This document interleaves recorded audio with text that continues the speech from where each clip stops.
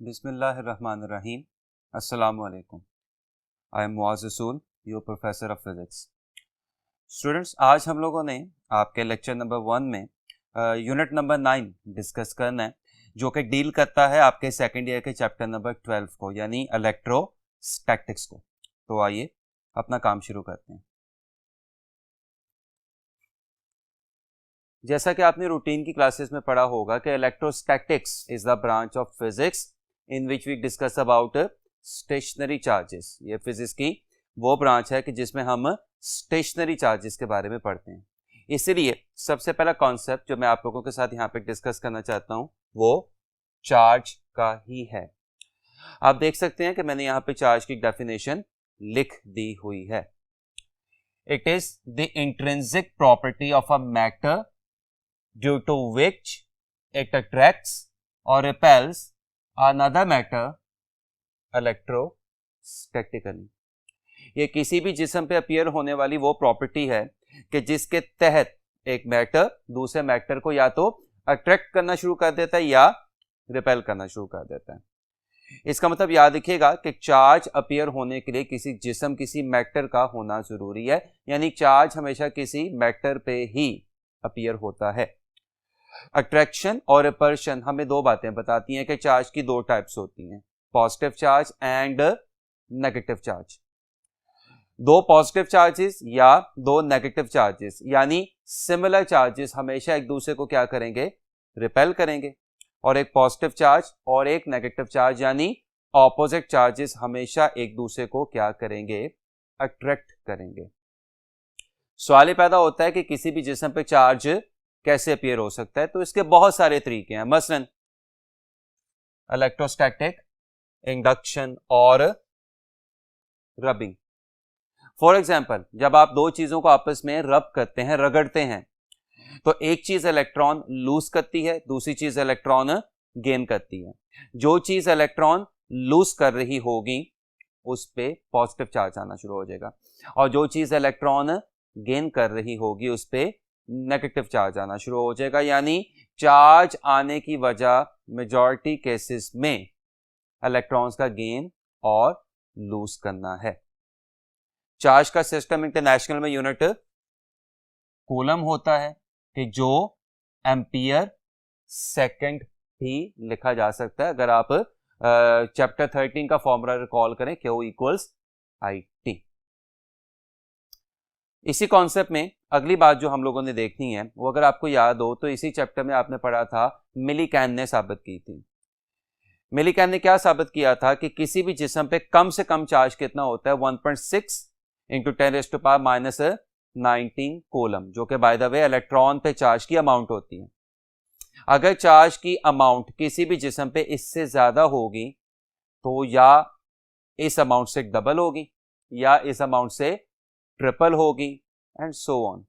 यानी किसी भी जिस्म पे चार्ज कितना हो सकता है, 1.6 इंटू 10⁻⁻19 कूलम, या इसका डबल यानी 3.2 इंटू 10⁻⁻19 कूलम, या इसका ट्रिपल यानी 4.8 into 10⁻⁻19 coulomb and so on. यानी मैं इन सारी डिस्कशन के लिए एक जनरलाइज रिजल्ट भी लिख सकता हूं, that is Q equals NE, जबकि E क्या है, एक इलेक्ट्रॉन पे चार्ज की अमाउंट यानी 1.6 इंटू 10⁻⁻19 कूलम, और N क्या है, नंबर ऑफ इलेक्ट्रॉन्स। इसका मतलब मैं इसको यूं भी बोल सकता हूं कि एक charge is always integral multiple of charge on single electron, and this is also known as quantization of charge. Quanta का मतलब ही डिस्क्रीट या इंटेग्रल वैल्यूज को कहते हैं, 1, 2, 3 एंड सो ऑन, जैसा अभी मैंने आपके सामने डिस्कस किया। इस चैप्टर का सबसे पहला टॉपिक कूलम्स लॉ। कोई से दो स्टेशनरी या पॉइंट चार्जेस के दरमियान फोर्स ऑफ अट्रैक्शन और फोर्स ऑफ रिपल्शन। अब सवाल पैदा होता है, फोर्स ऑफ अट्रैक्शन कब लगेगी, जब ऑपोजिट चार्जेस होंगे, और फोर्स ऑफ रिपल्शन कब लगेगी, जब सिमिलर चार्जेस होंगे। तो मैं हाथ से मैं इस पर तफसीली बहस कर चुका हूं, तो मैं फिर शुरू करता हूं। कोई से दो पॉइंट एंड स्टेशनरी चार्जेस के दरमियान फोर्स ऑफ अट्रैक्शन और फोर्स ऑफ रिपल्शन दोनों चार्जेस के मैग्नीट्यूड के प्रोडक्ट के डायरेक्टली प्रोपोर्शनल होती है और उनके दरमियान डिस्टेंस के स्क्वायर के इनवर्सली प्रोपोर्शनल होती है। यानी अगर मेरे पास ये दो चार्जेस हैं Q1 और Q2 के जिनके दरमियान डिस्टेंस क्या है R, तो इन दोनों चार्जेस के दरमियान फोर्स ऑफ अट्रैक्शन और फोर्स ऑफ रिपल्शन दोनों चार्जेस के मैग्नीट्यूड के प्रोडक्ट यानी Q1 Q2 के प्रोडक्ट के डायरेक्टली प्रोपोर्शनल होगी और उनके दरमियान डिस्टेंस यानी R के स्क्वायर के इनवर्सली प्रोपोर्शनल होगी। यही वजह है कि कूलम्स लॉ को इनवर्स स्क्वायर लॉ भी कहा जाता है, क्योंकि कूलम फोर्स किस पे डिपेंड करती है, डिस्टेंस के स्क्वायर पे इनवर्सली डिपेंड करती है।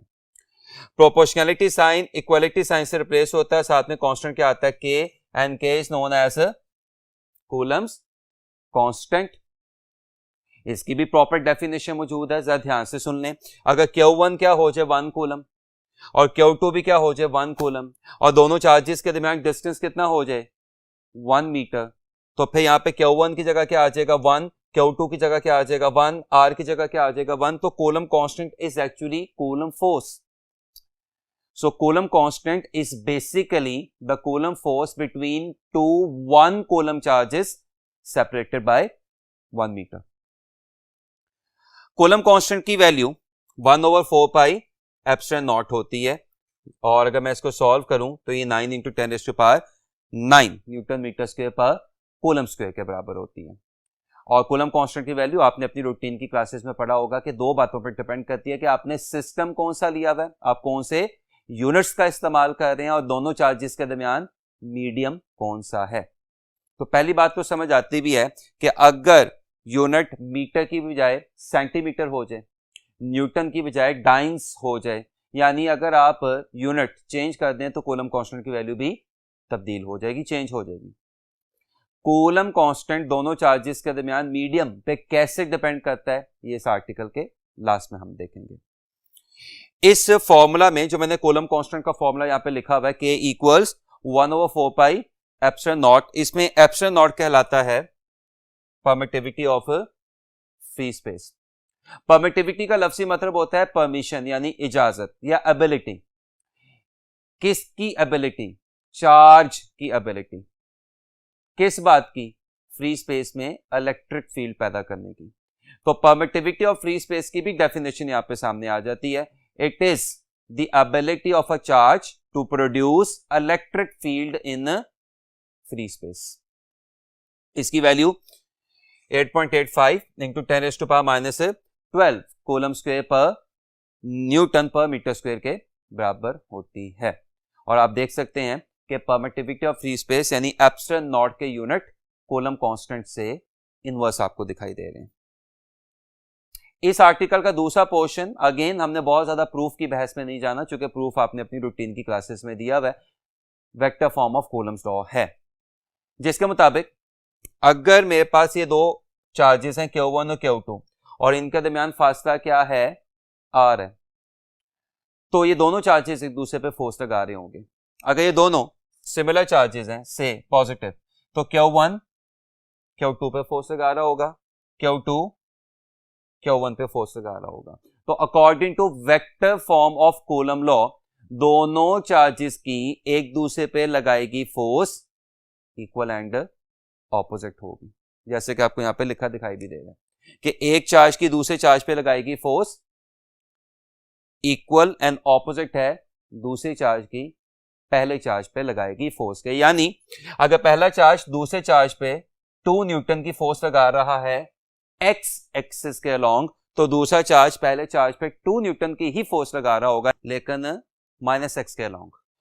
तो इसका मतलब कूलम फोर्स म्यूचुअल होती है, यानी दोनों चार्जेस एक दूसरे पे इक्वल एंड ऑपोजिट फोर्स लगा रहे होंगे।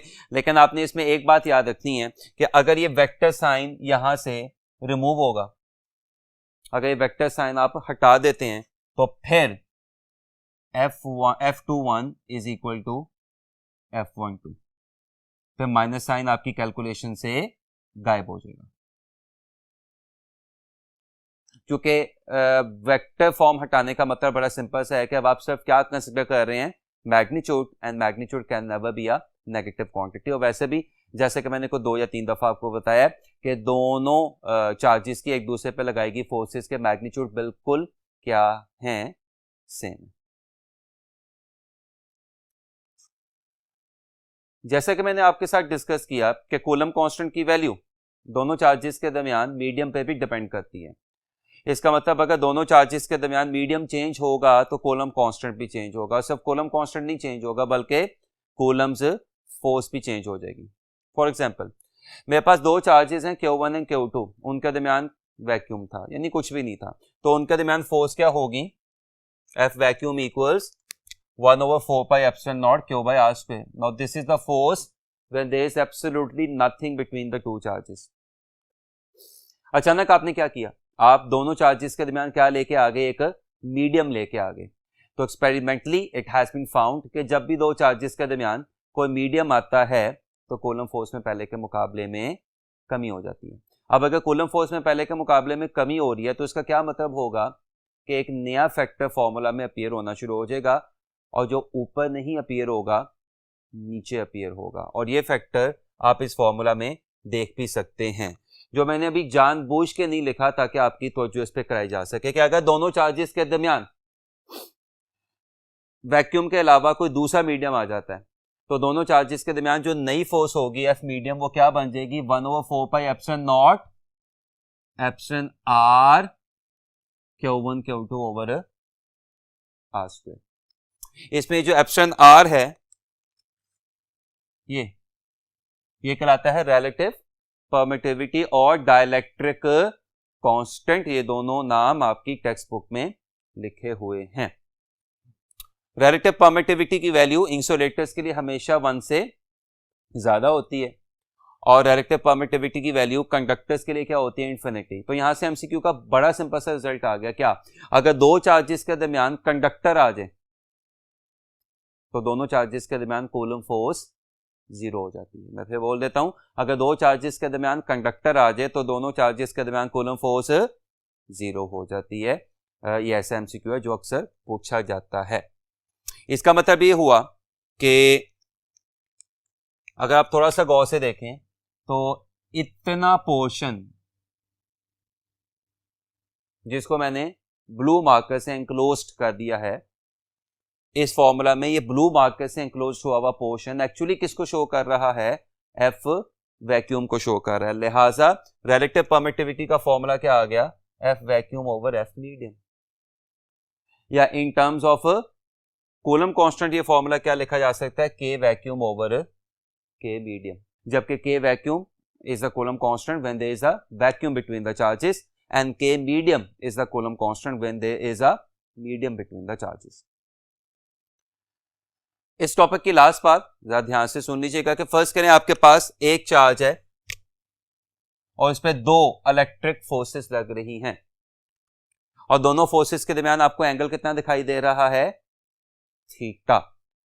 तो सवाल पैदा होता है कि इस चार्ज पे रिजल्टेंट फोर्स क्या होगी, तो वो रिजल्टेंट फोर्स का फॉर्मूला मैंने यहां पे लिख दिया हुआ है, F1 square plus F2 square plus 2F1 F2 cos theta. इसमें F1 क्या है, पहले लगने वाली फोर्स, F2 क्या है, दूसरी लगने वाली फोर्स, और थीटा क्या है, F1 और F2 के दरमियान बनने वाला एंगल। अब यहाँ पे आप अच्छे तरीके से अंदाजा लगा सकते हैं कि अगर एक चार्ज पे दो परपेंडिकुलर फोर्सेस लग रही हो, यानी जिनमें कौन सा एंगल बन रहा हो, 90, तो जब मैं यहाँ पे क्या रिप्लेस करूंगा 90, तो cos 90 क्या हो जाएगा, 0, और अब फॉर्मूला रिड्यूस होकर पाइथागोरस थ्योरम बन जाएगा।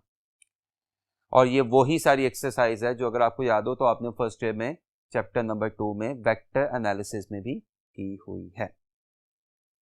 कुछ एमसीक्यूज देखने की कोशिश करते हैं ताकि हमें पता चले कि इस टॉपिक्स में से किस किस्म के एमसीक्यूज आ सकते हैं। When an object gets positively charged after rubbing, then its mass strictly speaking, यानी हमने नेग्लिजिबल रिजल्ट्स को भी कंसिडर करके आंसर बताना है।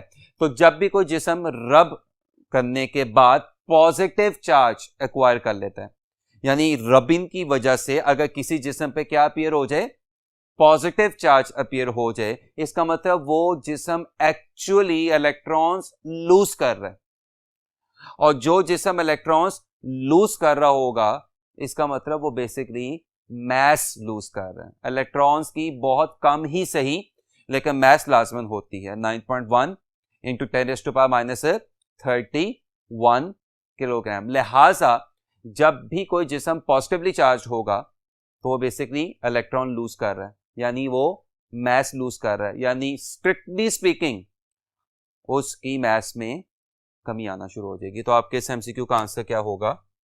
बीटा, यानी डिक्रीजेस। अगला एमसीक्यू देखिएगा, which one is sure test for the presence of charge on body. किसी जिस्म पे चार्ज है या नहीं है, इसका श्योर टेस्ट क्या होगा? तो याद रखिएगा, इसका श्योर टेस्ट कभी भी अट्रैक्शन नहीं हो सकता। क्यों? क्योंकि अट्रैक्शन दो ऑपोजिट चार्जेस वाले ऑब्जेक्ट में भी हो सकती है और एक चार्ज्ड और न्यूट्रल ऑब्जेक्ट में भी हो सकती है, और यह फिनोमेना कहलाता है इलेक्ट्रोस्टैटिक इंडक्शन। अगर आपको मेरी बात समझ नहीं आ रही तो एक सिंपल सी एग्जांपल देखें। फर्स्ट करें, ये मेरे पास एक रॉड है कि जिस पे कौन सा चार्ज है? पॉजिटिव। मैं इसके पास क्या करता हूं, एक ऐसा ऑब्जेक्ट ले आता हूं कि जिस पे कोई चार्ज मौजूद नहीं है। तो अब क्या होगा, इस ऑब्जेक्ट में इलेक्ट्रोस्टैटिक इंडक्शन हो जाएगी, जिसके नतीजे में इस ऑब्जेक्ट में मौजूद तमाम नेगेटिव चार्जेस का रुख इस किनारे पे हो जाएगा और तमाम पॉजिटिव चार्जेस का रुख दूसरे वाले किनारे पे हो जाएगा। नतीजा ये और ये दोनों ऑब्जेक्ट्स एक दूसरे को अट्रैक्ट करना शुरू कर देंगे। लिहाजा न्यूट्रल चीज भी अट्रैक्शन कर सकती है। इसका मतलब क्या हुआ कि किसी भी चीज पे चार्ज है या नहीं है, अट्रैक्शन इस बात की गारंटी आपको नहीं देगी, क्योंकि अट्रैक्शन न्यूट्रल चीज भी कर सकती है। हां, न्यूट्रल चीज क्या नहीं कर सकती? रिपल्शन नहीं कर सकती। लिहाजा अगर कोई चीज किसी दूसरी चीज को क्या कर रही है? रिपेल कर रही है, तो इसका बड़ा सिंपल सा मतलब है कि उस पर चार्ज मौजूद होगा। आपके इस एमसीक्यू का आंसर होगा बीटा, यानी repulsion is a sure test for the presence of charge on any object. Next MCQ देखिएगा, the force between two charges is F. If the distance between charges increases 2 times and a medium of a relative permittivity 4 is introduced between the charges, then the force between the charges will be. Now, पुरानी force क्या थी? F. तो नई force F से कम हो जाएगी, क्योंकि आप जो दोनों काम कर रहे हैं उससे कूलम फोर्स में कमी आएगी। क्या मतलब है? आप सबको पता है कि कूलम फोर्स डिस्टेंस के स्क्वायर के इनवर्सली प्रोपोर्शनल है, इनवर्स स्क्वायर लॉ, रिमेंबर। और अब आप डिस्टेंस में क्या कर रहे हैं? 2 गुना इजाफा कर रहे हैं, जैसे कि ऊपर वहां पे लिखा भी हुआ है। तो अगर R 2 गुना यानी 2 टाइम्स इंक्रीज हो रहा है, डबल हो रहा है, तो कूलम फोर्स में 4 टाइम्स यानी 4 गुना कमी आ जाएगी, यानी डिनोमिनेटर में एक 4 का फैक्टर अपीयर होना शुरू हो जाएगा। फिर दूसरी चेंज आप क्या लेके आ रहे हैं कि दोनों चार्जेस के दरमियान आपने क्या रख दिया? एक मीडियम रख दिया कि जिसकी रिलेटिव परमिटिविटी क्या है? 4। मीडियम के आने से भी कूलम फोर्स में कमी आती है, और कितनी कमी आती है? जितने एप्सिलॉन आर का मीडियम आया होता है, और कितने एप्सिलॉन आर का मीडियम आ गया? 4। तो कूलम फोर्स में मजीद 4 गुना की कमी हो जाएगी। जैसे कि आप देख सकते हैं कि कूलम फोर्स एप्सिलॉन आर के भी क्या है? इनवर्सली प्रोपोर्शनल है। तो थोड़ा सा गौर से देखें तो एक 4 किसकी वजह से आ रहा है? डिस्टेंस के डबल होने की वजह से। और एक 4 किसकी वजह से आ रहा है? एप्सिलॉन आर की वजह से। तो ओवरऑल ये 4 और 4 मल्टीप्लाई होकर आपको क्या दे देंगे? 1/16, यानी कूलम फोर्स में पहले के मुकाबले में 16 गुना कमी हो जाएगी। यानी अगर पहली फोर्स क्या थी? F, तो अब नई फोर्स क्या हो जाएगी? Beta, F/16। नेक्स्ट एमसीक्यू देखिएगा, the force between to charge spheres with charges Q1 equals 2 coulomb and Q2 equals -1 coulomb is 80 Newton. If these spheres are brought in contact and then separated, the new force between these spheres will be. अच्छा, situation क्या है जी? Situation ये है कि आपके पास एक sphere था, उस पर चार्ज कितना था? +2c। आपके पास दूसरा स्फीयर था, उस पर चार्ज कितना था? -1c। तो इनके दरमियान जो फोर्स F1 है, जो कि बाय द वे 80 के बराबर है, वो कितनी लग रही होगी? K Q1 Q2 over r square. जाहिर सी बात है कि कूलम फोर्स के फॉर्मूला में चार्जेस के मैग्नीट्यूड लिखे जाते हैं, साइंस नहीं। फिर कुछ देर बाद आपने क्या किया कि आपने इन दोनों सफियर्स को मिला दिया। जब आप इन दोनों सफियर्स को आपस में क्या करेंगे, मिलाएंगे, तो +2 कूलम वाला सफियर हाई पोटेंशियल पे है और -1 कूलम वाला सफियर लो पोटेंशियल पे है। तो चार्ज क्या करना शुरू कर देगा, फ्लो करना शुरू कर देगा। और कब तक फ्लो करेगा, जब तक दोनों सफियर्स पे एक जितना चार्ज नहीं आ जाता। अब सवाल ये पैदा होता है कि दोनों सफियर्स पे एक जितना चार्ज फर्स्ट करें आ गया, तो फिर अब दोनों सफियर्स पे चार्ज की अमाउंट क्या होगी। उसके लिए जरा ध्यान से इधर देखें कि फर्स्ट करें अगर Q1 क्या था +2 और Q2 क्या था -1, तो इनका रिजल्टेंट क्या होगा, 1 कूलम। इसका मतलब ये 1 कूलम का चार्ज इन दोनों सफियर्स में यूनिफॉर्मली डिस्ट्रीब्यूट होगा, यानी आधा आधा। क्या मतलब है इस बात का, इस बात का बड़ा सिंपल सा मतलब यह है कि आपने इन दोनों सफियर्स को मिलाने के बाद थोड़ी देर आपने इन दोनों सफियर्स को मिलाए रखा और उसके बाद जब आप इनको क्या करेंगे, अलग करेंगे, तो दोनों में 1 कूलम यूनिफॉर्मली डिस्ट्रीब्यूट हुआ होगा, यानी दोनों पे कितना आ गया होगा, 0.5 ईच। अब अगर आप इन दोनों सफियर्स को गौर से देखें तो पहले वाले पे चार्ज कितना था, +2, और दूसरे वाले पे चार्ज कितना था, -1। इस सारी एक्सरसाइज के बाद अब दोनों पे चार्ज क्या आ गया, 0.5 ईच। तो अब इन दोनों सफियर्स के दरमियान फोर्स क्या होगी, वही फॉर्मूला F2 मैंने कह दिया, नई force K Q1 Q2 over R square. अब अगर आप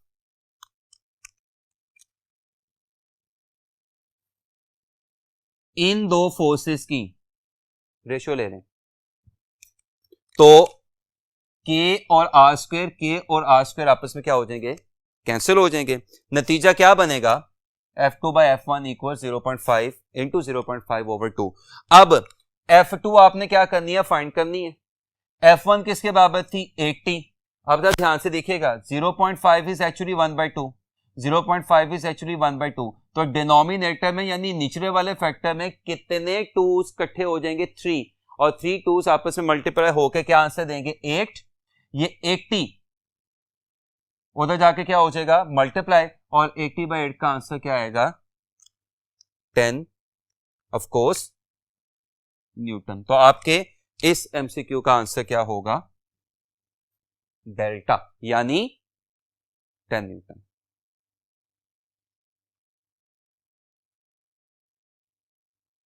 नेक्स्ट जो कॉन्सेप्ट हम लोगों ने देखना है वो है इलेक्ट्रिक फील्ड। ये कॉन्सेप्ट माइकल फैराडे ने दिया था, जिसके मुताबिक किसी भी चार्ज के गिर्द ऐसा एरिया जिस एरिया में चार्ज का इन्फ्लुएंस महसूस किया जा सके, वो चार्ज की क्या कहलाता है, इलेक्ट्रिक फील्ड कहलाता है। अब यहां पे समझने वाली बात स्टूडेंट्स ये है कि इलेक्ट्रिक फील्ड एक प्रॉपर्टी है, क्वांटिटी नहीं है। इसका मतलब ये महसूस हो सकती है, मेजर नहीं हो सकती। तो फिर अब क्या किया जाए, इसको मेजर कैसे किया जाए। तो हम फिजिक्स में, या मुझे यूं कहना चाहिए कि साइंसेस में, जब भी कोई चीज मेजरेबल ना हो तो उसको मेजरेबल करने के लिए हम उसके लिए एक कोएफिशिएंट डिफाइन करवा देते हैं। ये काम आपने अपनी काफी बेसिक क्लासेस से करना शुरू किया हुआ। फॉर एग्जांपल, फ्रिक्शन मेजर नहीं होती तो फ्रिक्शन के लिए कोएफिशिएंट डिफाइन करवा देते हैं म्यू। विस्कोसिटी मेजर नहीं होती तो विस्कोसिटी के लिए कोएफिशिएंट डिफाइन करवा देते हैं ईटा। इसी तरह इलेक्ट्रिक फील्ड प्रॉपर्टी है, मेजर नहीं होती, महसूस होती है। तो हम उसके लिए क्या करेंगे, एक कोएफिशिएंट डिफाइन करवा देंगे E, where E is electric field strength, या इलेक्ट्रिक फील्ड इंटेंसिटी, या इलेक्ट्रिक फ्लक्स डेंसिटी। तीनों नाम आपकी टेक्स्ट बुक में लिखे हुए हैं। कैसे मेजर होगी, फर्स्ट करें, ये मेरे पास एक +Q चार्ज है जिसके गिर्द ये क्या मौजूद है, इलेक्ट्रिक फील्ड मौजूद है। मुझे कहा गया इस +Q चार्ज की P पॉइंट पे E निकालें। तो मुझे इस +Q चार्ज की P पॉइंट पे E निकालने के लिए पहले इस E को फील करना पड़ेगा, महसूस करना पड़ेगा। उसके लिए मैं क्या करूंगा कि इस P पॉइंट पे क्या लाके रख दूंगा, एक टेस्ट चार्ज लाके रख दूंगा। अब होगा क्या कि ये पॉजिटिव चार्ज इस टेस्ट चार्ज को एक F फोर्स के तहत रिपेल करना शुरू कर देगा। तो इसका मतलब इस चार्ज की टेस्ट चार्ज पे लगाई गई फोर्स ही इलेक्ट्रिक फील्ड स्ट्रेंथ यानी E कहलाती है, जो कि फॉर्मूला में भी दिखाई दे रहा है कि E इक्वल्स F/Q0। अच्छा, यहां पे आपने ये बात याद रखनी है कि ये ई आपने बेसिकली किसकी निकाली है, क्यू की, लेकिन आपने निकाली किसकी मदद से है, क्यू नॉट की मदद से निकाली है। अब यहां पे बच्चा एतराज ये करता है कि जो टेस्ट चार्ज है वो प्रैक्टिकली एग्जिस्ट नहीं करता, क्योंकि ये इमेजिनरी होता है, पॉजिटिव होता है और इसकी अपनी कोई फील्ड नहीं होती। ये फॉर्मूला प्रैक्टिकली तो बहुत अच्छा है, प्रैक्टिकली हमारे किसी काम का नहीं है, लिहाजा आप क्या किया जाएगा यहाँ पे। और दूसरा इतराज इस फॉर्मूला में ये आता है बच्चों का कि आप जिस चार्ज की इलेक्ट्रिक फील्ड निकाल रहे हैं फॉर्मूला में वो चार्ज है ही नहीं है। तो इसके लिए हम बड़ा आसान सा काम क्या करते हैं कि इस एफ की जगह कूलम्स लॉ का फॉर्मूला रिप्लेस कर देते हैं, के Q1 Q2 over r square. अब Q1 यहां पे क्या है, Q2 यहां पे क्या है, Q नॉट। तो जब मैं फॉर्मूला रिप्लेस करूंगा तो ये फॉर्मूला इस फॉर्मूला में चेंज हो जाएगा, के क्यू बाई आर स्क्वायर, जबकि के की जगह ऑफ कोर्स क्या लिखा जा सकता है, 1/4πε0। सो अब आप देखें कि इन दोनों फॉर्मूलाज में आप जिस चार्ज की इलेक्ट्रिक फील्ड निकाल रहे हैं आपको वही चार्ज दिखाई दे रहा है। इलेक्ट्रिक फील्ड भी कूलम्स लॉ की तरह कौन सा फॉर्मूला ओबे करती है, इनवर्स स्क्वायर लॉ, और इलेक्ट्रिक फील्ड भी कूलम्स लॉ की तरह मीडियम पे डिपेंड करती है। मसलन एयर की मौजूदगी में इलेक्ट्रिक फील्ड का फॉर्मूला यही होगा 1/4πε0 क्यू बाय आर स्क्वायर, लेकिन मीडियम की मौजूदगी में बिल्कुल कूलम लॉ की तरह एप्सिलॉन नॉट के साथ क्या आ जाएगा, एप्सिलॉन आर आ जाएगा। इसका मतलब यहां पे भी एप्सिलॉन आर का आपको वही फॉर्मूला दिखाई दे रहा है, ई vacuum over E medium. Next जो बात हम लोगों ने करनी है वो है electric lines of force. Charge की इलेक्ट्रिक फील्ड को ग्राफिकली रिप्रेजेंट करने के लिए हम इलेक्ट्रिक फील्ड को किससे रिप्रेजेंट कर देते हैं, इमेजिनरी लाइंस से रिप्रेजेंट कर देते हैं। दीज इमेजिनरी लाइंस जो कि 3 डायमेंशन में होती हैं, they are known as electric lines of force. दो बातों का आपने ख्याल रखना है कि लाइंस की तादाद आपको इलेक्ट्रिक फील्ड का मैग्नीट्यूड बताती है और लाइंस पे लगा हुआ एरो आपको इलेक्ट्रिक फील्ड की डायरेक्शन बताता है। पॉजिटिव चार्जेस के लिए लाइंस चार्ज से अवे होती हैं, नेगेटिव चार्जेस के लिए लाइन चार्ज की तरफ होती हैं, और कभी भी लाइन से एक दूसरे को क्या नहीं कर सकती, इंटरसेक्ट नहीं कर सकती। I'm sure आपने पढ़ा होगा। आपकी टेक्स्ट बुक में मुख्तलिफ लाइंस की मुख्तलिफ कॉन्फ़िगरेशंस की आपको ज्योमेट्री और लाइंस का तरीकाकार भी दिखाई दे रहा होगा। मैं उस बहस में नहीं जाऊंगा चूंकि डायग्राम्स आपकी बुक में बनी हुई हैं। मैं ऐसी बहस में जाऊंगा जो यहाँ पे एंट्री टेस्ट के पॉइंट ऑफ व्यू से अहम होती है, जिसमें से क्वेश्चन पूछे जा सकते हैं, और वो बहस है नल पॉइंट या न्यूट्रल जोन या जीरो फील्ड स्पॉट। दो चार्जेस की वजह से बाज दफा एक ऐसा पॉइंट पैदा हो जाता है कि जिस पॉइंट पे दोनों चार्जेस की फील्ड एक दूसरे को कैंसिल कर रही होती हैं और उस पॉइंट पे इलेक्ट्रिक फील्ड एग्जिस्ट नहीं कर रही होती। वो पॉइंट कहलाता है नल पॉइंट या न्यूट्रल जोन या जीरो फील्ड स्पॉट। अब मुख्तलिफ चार्जेस के लिए इसमें नल पॉइंट मुख्तलिफ जगहों पे लाई करेगा। For example, for equal and similar charges, यानी दोनों चार्जेस क्या हैं, इक्वल हैं, और दोनों चार्जेस क्या हैं, पॉजिटिव हैं, या यूं कह लें कि दोनों चार्जेस क्या हैं, इक्वल हैं, और दोनों चार्जेस क्या हैं, नेगेटिव हैं। तो इस सिचुएशन में नल पॉइंट दोनों चार्जेस के बिल्कुल कहां पे लाई करेगा, सेंटर में, मिड में, यानी नल पॉइंट का दोनों चार्जेस से फासला बिल्कुल क्या होगा, सेम। लेकिन अगर आपके पास सिमिलर एंड अनइक्वल चार्जेस हो, यानी हैं दोनों पॉजिटिव ही लेकिन एक की वैल्यू ज्यादा है दूसरे की वैल्यू कम है, या हैं दोनों नेगेटिव ही एक की वैल्यू ज्यादा है दूसरे की वैल्यू क्या है, कम है, यानी ये बड़े वाला चार्ज एक छोटा वाला चार्ज, मसलन ये +5 कूलम ये +2 कूलम। तो अब इस सिचुएशन में नल पॉइंट दोनों चार्जेस के दरमियान में तो लाई करेगा, लेकिन नल पॉइंट दोनों चार्जेस के मिड में लाई नहीं करेगा, बल्कि नल पॉइंट छोटे वाले चार्ज के करीब लाई करेगा और बड़े वाले चार्ज से दूर लाई करेगा, यानी नल पॉइंट P छोटे वाले चार्ज के करीब लाई कर रहा है। फर्ज करें दोनों चार्जेस के दरमियान का फासला अगर r है तो नल पॉइंट का फासला छोटे वाले चार्ज से क्या होगा, x, और बड़े वाले चार्ज से क्या होगा, ऑफ कोर्स r - x। और अब नल पॉइंट निकालने का फॉर्मूला ये, k q over r - x का whole square equals k q over x square, जिसमें कैपिटल क्यू क्या है, बड़े वाला चार्ज, और स्मॉल क्यू क्या है, छोटे वाला चार्ज। व्हाट इफ के हमारे पास इक्वल एंड ऑपोजिट चार्जेस हो, ये यानी एक दोनों चार्जेस का मैग्नीट्यूड क्या है, सेम है, लेकिन एक पॉजिटिव चार्ज है, दूसरा नेगेटिव चार्ज है। तो अब क्या होगा, तो अब जरा ध्यान से सुनिएगा, तो नल पॉइंट दोनों तरफ इक्वी डिस्टेंस पे लाई करेगा। नल पॉइंट अब दरमियान में कहीं लाई नहीं करेगा, नल पॉइंट अब मिड में या दरमियान में कहीं लाई नहीं कर सकता, अब नल पॉइंट सराउंडिंग पे ही लाई करेगा। लेकिन अब नल पॉइंट दोनों चार्जेस के सराउंडिंग पे इक्वी डिस्टेंस पे लाई करेगा, यानी प्लस के होके यहां पे, माइनस के होके यहां पे, और ये दोनों फासले बिल्कुल सेम होंगे। व्हाट इफ कि मेरे पास ऑपोजिट एंड अनइक्वल चार्जेस हो, यानी एक पॉजिटिव है दूसरा नेगेटिव है और दोनों का मैग्नीट्यूड सेम नहीं है। फॉर एग्जांपल प्लस क्यू है +5 कूलम और माइनस क्यू है -2 कूलम, तो अब नल पॉइंट छोटे वाले चार्ज के सराउंडिंग पे लाई करेगा। और अब नल पॉइंट निकालने का फॉर्मूला ये, जिसमें कैपिटल क्यू क्या है, बड़े वाला चार्ज, स्मॉल क्यू क्या है, छोटे वाला चार्ज, एक्स हमारा नल पॉइंट है। और आप देख सकते हैं कि ओपी नल पॉइंट का माइनस यानी छोटे वाले चार्ज से फासला क्या है, एक्स, और बड़े वाले चार्ज से फासला क्या हो जाएगा, आर प्लस एक्स हो जाएगा।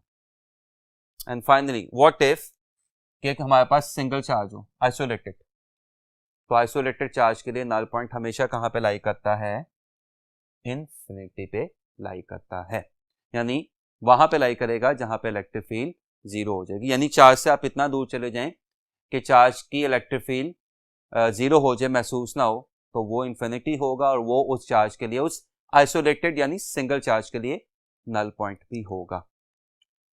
व्हाइट बोर्ड दोबारा शुरू करते हैं।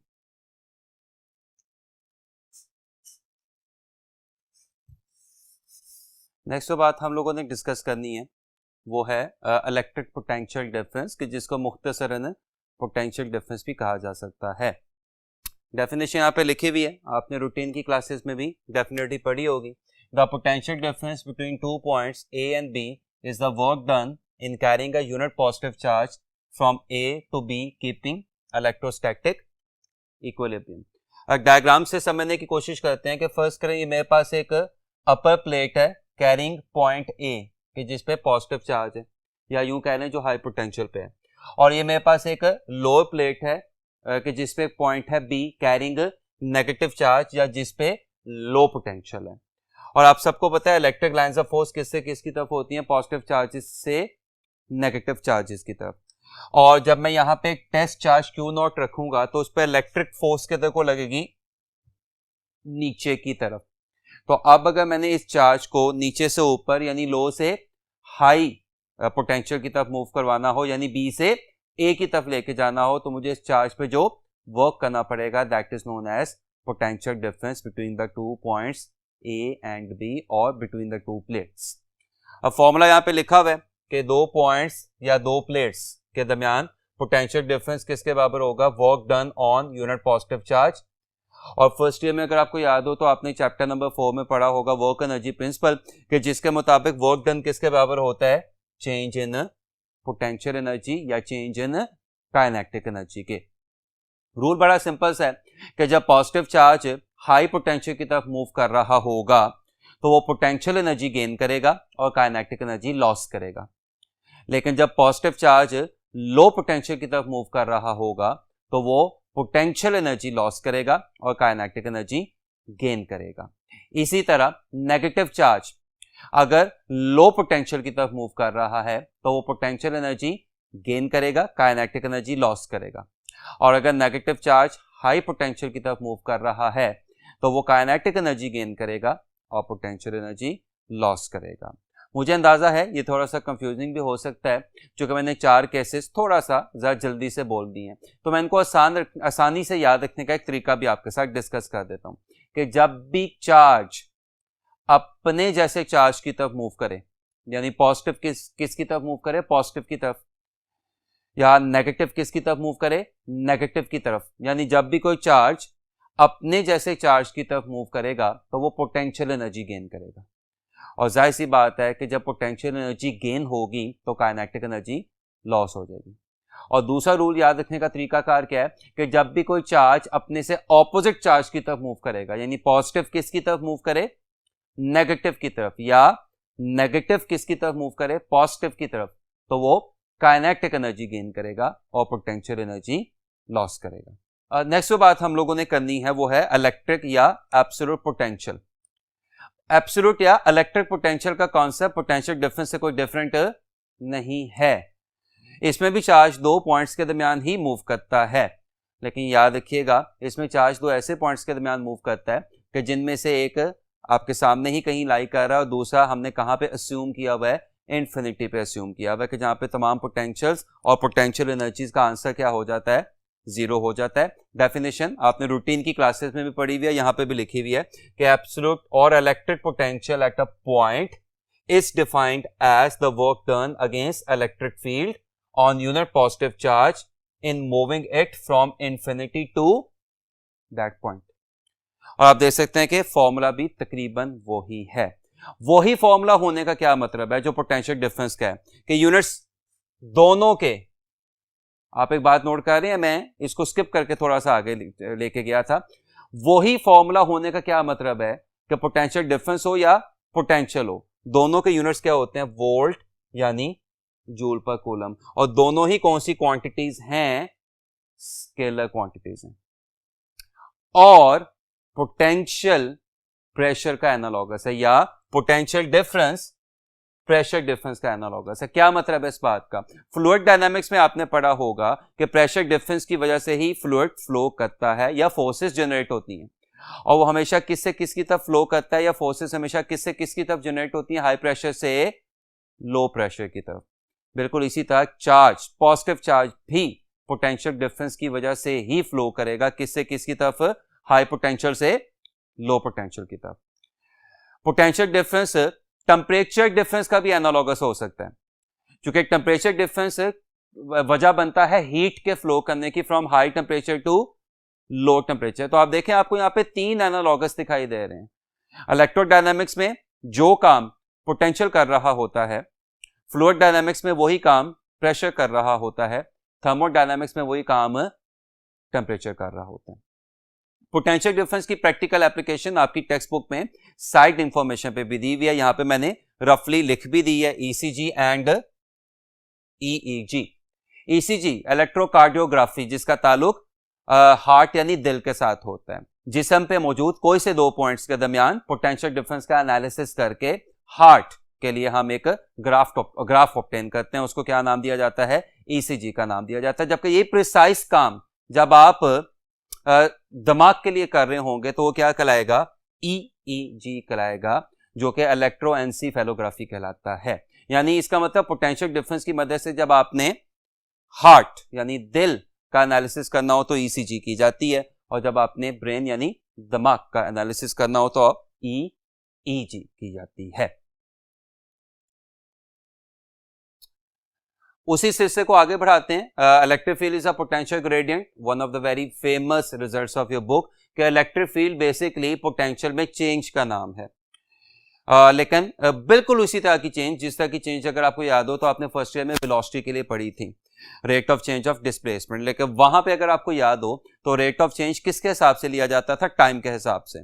जबकि इलेक्ट्रिक फील्ड में जब हम कहते हैं पोटेंशियल ग्रेडियंट, तो इसमें electric field basically rate of change of potential with respect to time नहीं होता, विद रिस्पेक्ट टू डिस्टेंस होता है। यानी वेलोसिटी अगर मैं रिकॉल करवाऊं तो वो डिस्प्लेसमेंट में तब्दीली थी विद रिस्पेक्ट टू टाइम, और अगर मैं इलेक्ट्रिक फील्ड रिकॉल करवाऊं तो वो पोटेंशियल में तब्दीली है विद रिस्पेक्ट टू लेंथ या विद रिस्पेक्ट टू डिस्प्लेसमेंट। इसका बड़ा सिंपल सा मतलब है कि अगर आप किसी एक जगह पे ही खड़े हुए हैं तो पोटेंशियल चेंज नहीं होगा, और जब पोटेंशियल चेंज नहीं होगा तो इलेक्ट्रिक फील्ड भी चेंज नहीं होगी, अनलेस और अनटिल चार्ज की अमाउंट चेंज हो या आपका चार्ज से फास्टर चेंज हो। यानी इलेक्ट्रिक फील्ड के पैदा होने की वजह पोटेंशियल में तब्दीली है।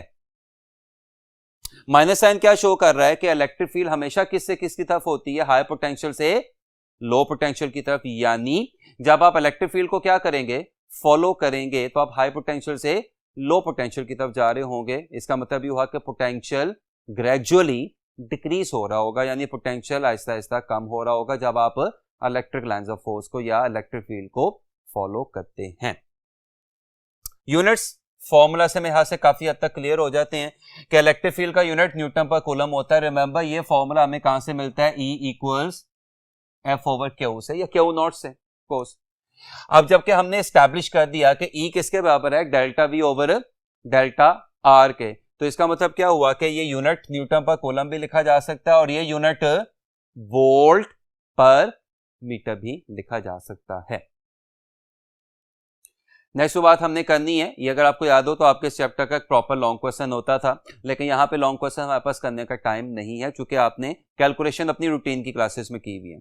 तो यहाँ पे जरा कोशिश करते हैं कि जरा जल्दी से इसको रिकॉल करके ज्यादा अहम एमसीक्यूज को देखने की कोशिश करें। इलेक्ट्रिक पोटेंशियल या absolute potential act a point due to a point charge. अब यहाँ पे सबसे पहला एतराज बच्चे की तरफ से ये आता है कि जब पोटेंशियल का फॉर्मूला पहले से मौजूद था W ओवर क्यू नॉट, तो फिर नया फॉर्मूला डिफाइन करने की जरूरत क्यों पेश आई। ये फॉर्मूला थ्योरेटिकली तो बहुत अच्छा है, लेकिन फॉर्मूला प्रैक्टिकली हमारे शायद किसी काम का इसलिए नहीं है कि सबसे पहली बात तो टेस्ट चार्ज नॉर्मली इमेजिनरी होता है, हाइपोथेटिकल होता है, प्रैक्टिकली एग्जिस्ट नहीं करता।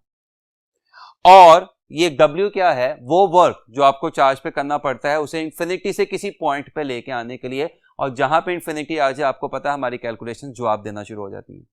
इसका मतलब ये फॉर्मूला थ्योरेटिकली तो बहुत अच्छा है, लेकिन फॉर्मूला प्रैक्टिकली शायद किसी चार्ज की मदद से पोटेंशियल फाइंड करने में हमारी मदद नहीं करेगा। तो हम इसमें थोड़ी सी क्या कर देते हैं, चेंजेस लेके आ जाते हैं। कैसे, जरा ध्यान से देखें, ये क्यू नॉट वैसे का वैसा, और बाय डेफिनेशन आप सबको पता है कि वर्क किसके बराबर होता है, फोर्स इनटू डिस्प्लेसमेंट। और अब अगर मैं फोर्स की जगह कूलम लॉ रिप्लेस कर दूं के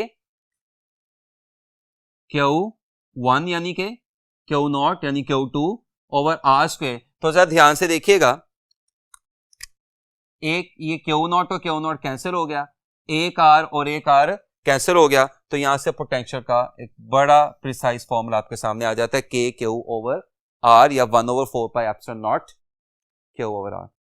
और ये फॉर्मूला प्रैक्टिकली एब्सोल्युटली एप्लीकेबल है। वजह, आपको अगर चार्ज की क्या मालूम हो, अमाउंट, जो कि आप इलेक्ट्रोस्कोप की मदद से भी मेजर कर सकते हैं, अगर आपको क्या मालूम हो, कूलम्स कांस्टेंट, तो आप चार्ज से किसी भी फासले पे उस चार्ज का क्या निकाल सकते हैं, पोटेंशियल निकाल सकते हैं, and that is known as absolute potential और इलेक्ट्रिक पोटेंशियल। अब अगर मैं अपनी पिछले 10 या 15 मिनट की हुई बातों को समराइज करूं और जितने भी रिजल्ट हम लोगों ने देखे हैं वो लिखने की कोशिश करूं, तो एक बड़ा आसान सा टेबल बनता है कि जो एमसीक्यू के पॉइंट ऑफ व्यू से और रिजल्ट्स को याद रखने के पॉइंट ऑफ व्यू से आपकी काफी मदद करेगा। मसलन कूलम फोर्स के Q1 Q2 over r square, यानी डिस्टेंस के स्क्वायर के इनवर्सली प्रोपोर्शनल होती है। अब जरा ध्यान से देखें, अगर मैं इस Q0 को उधर ले जाऊं, यानी ये Q0 यहां से गायब होकर उधर चला जाए, यानी F ओवर Q0, तो ये इलेक्ट्रिक फील्ड बन जाएगा। ये भी डिस्टेंस के स्क्वायर के इनवर्सली प्रोपोर्शनल होती है। अब अगर आप इलेक्ट्रिक पोटेंशियल एनर्जी का फॉर्मूला देखें, तो energy is equal to force into displacement. Remember, energy is equal to work done and work done is equal to force into displacement. और अगर फोर्स की वैल्यू रिप्लेस की जाए तो ये पोटेंशियल एनर्जी का फॉर्मूला, जो क्या शो कर रहा है कि पोटेंशियल एनर्जी डिस्टेंस के स्क्वायर के नहीं बल्कि डिस्टेंस के इनवर्सली प्रोपोर्शनल है। एंड फाइनली पोटेंशियल का फॉर्मूला तो मैंने आपके सामने अभी ड्राइव किया है। इसका मतलब इलेक्ट्रिक फोर्स और इलेक्ट्रिक फील्ड डिस्टेंस के स्क्वायर के इनवर्सली प्रोपोर्शनल होती हैं, और पोटेंशियल एनर्जी और पोटेंशियल डिस्टेंस के इनवर्सली प्रोपोर्शनल होते हैं। नेक्स्ट बात जो हम लोगों ने यहां पे डिस्कस करनी है वो है इक्वी पोटेंशियल सरफेस। ऐसी सरफेस कि जिस पे मौजूद तमाम पॉइंट्स का पोटेंशियल सेम हो और जिस पे मौजूद तमाम पॉइंट्स के दरमियान पोटेंशियल डिफरेंस जीरो हो, वो क्या कहलाती है, इक्वी पोटेंशियल सरफेस कहलाती है। इसको समझने के लिए आप डायग्राम देख सकते हैं कि ये मेरे पास एक प्लस क्यू चार्ज है, थोड़ा सा बड़ा करके लिख देता हूं। अगर ये प्लस क्यू चार्ज है तो इससे इलेक्ट्रिक लाइंस ऑफ फोर्स किधर को निकल रही होंगी, बाहर की तरफ निकल रही होंगी, जैसा कि रेड लाइन से आपको दिखाई भी दे रहा है। अब मैंने क्या कर लिया, इस चार्ज के गिर्द दो इमेजिनरी सर्कल अस्यूम किए हुए हैं। एक सर्कल पे आपको दो पॉइंट्स दिखाई दे रहे हैं ए एंड बी, और दूसरे सर्कल पे आपको दो पॉइंट्स दिखाई दे रहे हैं सी एंड डी। सो ये जो दोनों सर्कल आपको दिखाई दे रहे हैं, ये चूंकि परफेक्ट सर्कल हैं तो इनका सेंटर यानी चार्ज से फासला क्या होगा, सेम होगा। यानी इन पॉइंट पे, इन सर्कल्स पे मौजूद तमाम पॉइंट्स का चार्ज से फासला सेम है, यानी इन सर्कल्स पे मौजूद तमाम पॉइंट्स पे पोटेंशियल क्या होगा, सेम होगा, और ये सर्कल इक्विपोटेंशियल सरफेस कहलाते हैं। अब इक्विपोटेंशियल सरफेस की अगर कुछ हम प्रॉपर्टीज देखने की कोशिश करते हैं तो आप पॉइंट ए और पॉइंट बी को देखें, दोनों एक ही इक्विपोटेंशियल सरफेस पे लाई कर रहे हैं। इसका मतलब क्या होगा कि पॉइंट ए का पोटेंशियल और पॉइंट बी का पोटेंशियल सेम होंगे, यानी पॉइंट ए और बी के दरमियान पोटेंशियल डिफरेंस क्या होगा, 0। आगे चलें, इसी तरह दूसरा सर्कल देखें, दूसरी इक्विपोटेंशियल सरफेस देखें जिसपे सी और डी पॉइंट लाई कर रहे हैं, तो इस पे भी वही रूल जी कि सी और डी के पोटेंशियल्स क्या होंगे, सेम होंगे, और सी और डी के दरमियान पोटेंशियल डिफरेंस क्या होगा, 0 होगा। बट बहुत अहम बात मैं यहां करने लगा हूं कि ए और सी के दरमियान और बी और डी के दरमियान पोटेंशियल डिफरेंस होगा। क्यों? वजह बड़ी सिंपल है, ए पॉइंट चार्ज के करीब है, इस पर पोटेंशियल हाई है, और सी पॉइंट चार्ज से दूर है, तो इस पर पोटेंशियल लो है। तो ए और सी के दरमियान क्या लाई कर रहा है, पोटेंशियल डिफरेंस लाई कर रहा है। यही वजह है कि इक्विपोटेंशियल सरफेसेस के लिए इलेक्ट्रिक फील्ड स्ट्रेंथ 0 नहीं होती, और ये तो वैसे भी कॉमन सेंस है कि चार्ज के गिर्द इलेक्ट्रिक फील्ड एग्जिस्ट करती ही करती है, और अगर 0 होगी भी तो कहां पे जाके 0 होगी, इंफिनिटी पे जाके 0 होगी। अगर पोटेंशियल डिफरेंस 0 है, अगर ए और बी के दरमियान पोटेंशियल डिफरेंस 0 है, तो इसका मतलब ए और बी के दरमियान चार्ज को मूव करवाने के लिए आपको कोई वर्क नहीं करना पड़ेगा। Recall W equals Q delta V, तो अगर डेल्टा V 0 होगा तो वर्क भी क्या हो जाएगा, 0 हो जाएगा। नेक्स्ट प्रॉपर्टी देखिएगा जरा, इलेक्ट्रिक फील्ड इक्विपोटेंशियल सरफेस के हमेशा क्या होती है, परपेंडिकुलर होती है, वो आपको दिखाई भी दे रहा है। सर्कल में किसी भी जगह पे डायरेक्शन देखने के लिए जब आप टेंजेंट ड्रॉ करेंगे तो टेंजेंट अपनी इलेक्ट्रिक लाइन ऑफ फोर्स का हमेशा क्या होगा, परपेंडिकुलर होगा। And lastly, equipotential surface just like electric lines of force do not cross each other, ये कभी भी एक दूसरे को क्रॉस नहीं कर सकती। कुछ एमसीक्यूज की तरफ आते हैं। Potential at the surface of a hollow charge sphere is +5 volt. Potential inside this sphere at any point is. इधर से ध्यान से देखिएगा, ये मेरे पास एक हॉलो चार्ज्ड स्फीयर है, इसका मतलब इसकी सरफेस पे क्या अपीयर हुआ है, चार्ज, और ये अंदर से खाली है। अब उसने हमें इंफॉर्मेशन क्या दी हुई है कि सरफेस पे पोटेंशियल की वैल्यू क्या है, +5 वोल्ट। तो बताएं इस स्फीयर के अंदर किसी भी पॉइंट पे पोटेंशियल की वैल्यू क्या होगी। अगर आपको इस चैप्टर में एक लॉ याद हो, जो अगरचे हमारे यूएचएस के सिलेबस का हिस्सा नहीं है, लेकिन आपने पढ़ा होगा, गॉसेस लॉ की फर्स्ट एप्लीकेशन। तो गॉसेस लॉ की फर्स्ट एप्लीकेशन यही होती थी कि एक मेटालिक हॉलो चार्ज स्फीयर के अंदर E यानी इलेक्ट्रिक फील्ड क्या होती है, 0 होती है। इसका मतलब ये हुआ कि अगर इस मेटालिक हॉलो चार्ज स्फीयर के अंदर इलेक्ट्रिक फील्ड क्या है, 0 है, तो इस मेटालिक हॉलो चार्ज स्फीयर के अंदर पोटेंशियल डिफरेंस भी क्या होगा, 0 होगा। बल्कि मुझे जुमलों को यूं बोलना चाहिए कि इस मेटालिक हॉलो चार्ज स्फीयर के अंदर मौजूद किसी भी पॉइंट का पोटेंशियल यानी V इनसाइड V सरफेस के बराबर होगा, यानी इस मेटालिक हॉलो चार्ज स्फीयर के अंदर पोटेंशियल कांस्टेंट होगा।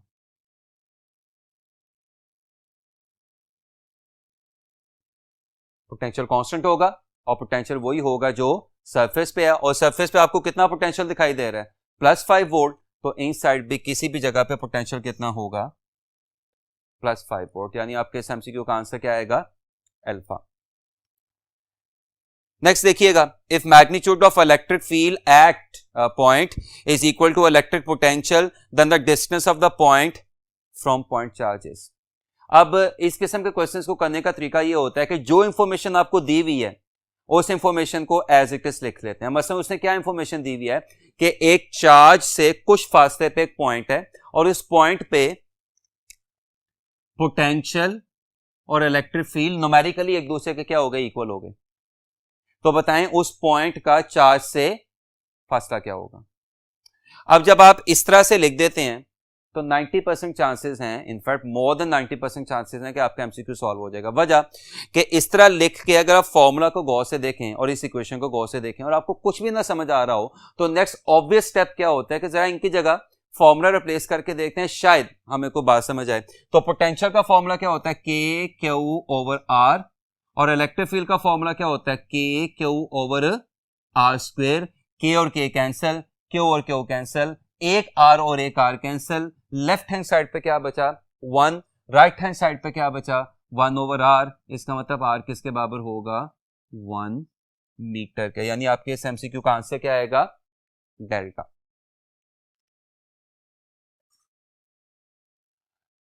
नेक्स्ट एमसीक्यू देखिएगा, what will be the force acting on the charge Q not shown in the diagram. अच्छा, डायग्राम में आपको क्या दिखाई दे रहा है कि ऊपर वाली प्लेट हाई पोटेंशियल पे और नीचे वाली प्लेट बी पोटेंशियल पे है। ऊपर वाली प्लेट का पोटेंशियल कितना है, +10 वोल्ट, और नीचे वाली का कितना है, -10 वोल्ट, और दोनों के दरमियान फासला कितना है, 10 सेंटीमीटर, और इनके दरमियान जो चार्ज है वो कितने का है, 10 माइक्रो कूलम का है। तो आपने इस चार्ज पे लगने वाली फोर्स निकालनी है। तो आप सबको पता है एफ किसके बराबर होता है, क्यू ई, और ई क्या होता है, potential gradient, delta we over delta R. ना अगले स्टेप में जरा ध्यान से देखिएगा तो अब काफी हद तक ये सिचुएशन आपको समझ आ गई होगी। चार्ज कितना है, 10 माइक्रो कूलम, यानी 10 इंटू 10⁻⁻6। ऊपर वाली प्लेट है +10 पे, नीचे वाली प्लेट है -10 पे, तो दोनों प्लेट्स के दरमियान पोटेंशियल डिफरेंस कितना होगा, 20, और दोनों प्लेट्स के दरमियान डिस्टेंस या डिफरेंस कितना है, 10 सेंटीमीटर, यानी 10/100। तो अब ये सारी अगर आप देखें तो गेम अब जीरोस को हैंडल करने की है। ये 1 0 और 1 0 क्या हो जाएगा, कैंसिल। ये वाला 0 किधर चला जाएगा, ऊपर, तो 1 2 और 3 जीरोस इस -6 में से जब कैंसिल होंगे तो ओवरऑल आंसर क्या आ जाएगा, 10⁻³ के, जिसके साथ नॉन जीरो नंबर क्या होगा, 2। लिहाजा आपके इस एमसीक्यू का आंसर होगा beta, 2 into 10⁻³ Newton. Next question जो हम लोगों ने देखना है, 2 similar point charges each of magnitude q are separated by distance d. What is the value of potential and potential difference at a point P midway between the charges? Option A 0 0, option B 2 k q over d 0, option C k q over 2d into 0, option D 4 k q over d into 0. अब अगर आपको याद हो तो अभी हमने कुछ देर पहले डिस्कस किया है कि सिमिलर चार्जेस जिनके मैग्नीट्यूड भी क्या हो, सेम हो, उनके दरमियान मिड पॉइंट पे, बिल्कुल मिड पॉइंट पे, ये लिखा भी हुआ है, इलेक्ट्रिक फील्ड 0 होती है। और अगर इलेक्ट्रिक फील्ड 0 होगी तो उस पॉइंट पे पोटेंशियल डिफरेंस भी 0 होगा। तो इसका मतलब बड़ा सिंपल से ही हुआ कि पोटेंशियल डिफरेंस तो 0 है। अब हम लोगों ने क्या कैलकुलेट करना है, उस मिड पॉइंट पे पोटेंशियल। ना वो कैसे कैलकुलेट करेंगे, उसके लिए जरा ध्यान से देखिएगा। ये दो चार्जेस हैं, इक्वल मैग्नीट्यूड, सिमिलर चार्जेस हैं, ये इनके दरमियान मिड पॉइंट है जिसको हमने क्या नाम दिया हुआ है, P का।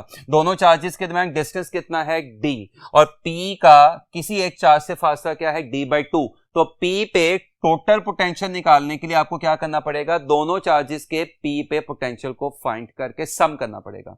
यानी इस Q चार्ज का P पे पोटेंशियल क्या होगा, K Q ओवर D/2, और इस Q चार्ज का भी P पे पोटेंशियल क्या होगा, K Q ओवर D/2।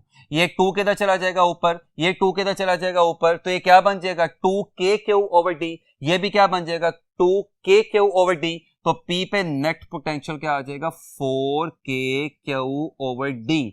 यानी दोनों एक जैसे और एक जितने चार्जेस के दरमियान, similar and equal magnitude charges के दरमियान मिड पॉइंट पे, बिल्कुल सेंटर पे, पोटेंशियल डिफरेंस क्या होता है, 0, और पोटेंशियल क्या हो जाता है, 4KQ ओवर D। यानी आपके इस एमसीक्यू का आंसर क्या आएगा, डेल्टा। नेक्स्ट क्वेश्चन देखिएगा, the potential at a point X in an electric field is 6 volt higher then at point y.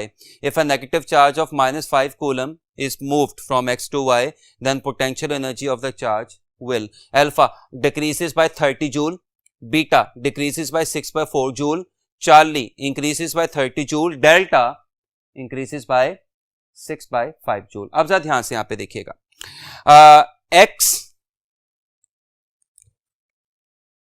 y के लिहाज से हायर है बाय 6 वोल्ट, यानी x हाई पोटेंशियल पे है और y लो पोटेंशियल पे है, यानी x पॉजिटिव है या y नेगेटिव है. ये मैंने यहाँ पे ड्रॉ भी कर दिया कि x 6 वोल्ट पे है और y 0 पे है. This is high potential, this is low potential. Technically speaking this is positivity and this is negativity. अब माइनस चार्ज यानी -5 कूलम चार्ज किस से किसकी तरफ मूव कर रहा है? x से y की तरफ, यानी -5 कूलम चार्ज x से y की तरफ मूव कर रहे हैं, यानी हाई पोटेंशियल से लो पोटेंशियल की तरफ जा रहा है, यानी पॉजिटिविटी से नेगेटिविटी की तरफ जा रहा है. तो अभी मैंने आपको बताया था कि जब भी कोई नेगेटिव चार्ज नेगेटिविटी की तरफ जाएगा तो उसकी पोटेंशियल एनर्जी में क्या होगा? इजाफा होगा. Potential energy increases. इसका मतलब ये हुआ कि आपके इस एमसीक्यू का आंसर या तो चार्ली होगा या डेल्टा होगा. अब सवाल ये पैदा होता है पोटेंशियल एनर्जी कितनी इंक्रीज हो रही है. तो फर्स्ट ईयर में चैप्टर 4 में आपने पढ़ा होगा वर्क एनर्जी प्रिंसिपल, कि जिसके मुताबिक work done is equal to q delta V. Charge का मैग्नीट्यूड या चार्ज की अमाउंट कितनी है? 5. दोनों पॉइंट्स के दरमियान पोटेंशियल डिफरेंस कितना है? 6. तो 5 इंटू 6 क्या आ जाएगा? 30 जूल. ये वर्क भी है और ये गेन होने वाली पोटेंशियल एनर्जी भी है. लिहाजा आपके इस एमसीक्यू का आंसर आएगा Charlie increases by 30 joule. White board दोबारा शुरू करते हैं.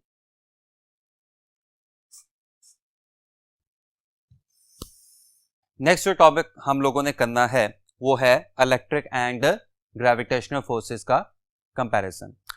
ज़्यादातर बातें आपको पहले से ही आती हैं, चूँकि आपकी टेक्स्ट बुक में भी आर्टिकल बहुत अच्छे तरीके से दिया हुआ है. सो थोड़ा सा मैं यहाँ पे ज़रा इसको तरतीब से आपके साथ शेयर कर लेता हूँ ताकि आपको सिमिलैरिटीज़ और डिसिमिलैरिटीज़ या डिफरेंसेस का अच्छे तरीके से पता चल जाए. लेफ्ट जो आपको कॉलम दिखाई दे रहा है वो सिमिलैरिटीज़ का है, राइट कॉलम आपको डिफरेंस का दिखाई दे रहा है. सिमिलैरिटीज़ की तरफ आए ज़रा, तो फॉर्मूलाज बजाते खुद सिमिलैरिटीज़ की तरफ इशारा कर रहे हैं कि दोनों फोर्सेस अपनी अपनी क्वांटिटीज के प्रोडक्ट के डायरेक्टली प्रोपोर्शनल है, यानी ग्रेविटेशनल फोर्स m1 और m2 के प्रोडक्ट के डायरेक्टली प्रोपोर्शनल है और कूलम फोर्स q1 और q2 के प्रोडक्ट के डायरेक्टली प्रोपोर्शनल है. और दोनों क्वांटिटीज इनवर्स, दोनों फोर्सेस इनवर्स के लॉ ऑबे करती हैं, यानी दोनों फोर्सेस डिस्टेंस के स्क्वायर के इनवर्स से प्रोपोर्शनल है. तो फॉर्मूला बजाते खुद बहुत बड़ी सिमिलैरिटी है. दूसरा देखें, दोनों कंजर्वेटिव फोर्सेस हैं, यानी दोनों फोर्सेस की फील्ड्स में किया गया काम रास्ते पे डिपेंड नहीं करता और क्लोज पाथ में वर्क का आंसर क्या आ जाता है? 0 आ जाता है.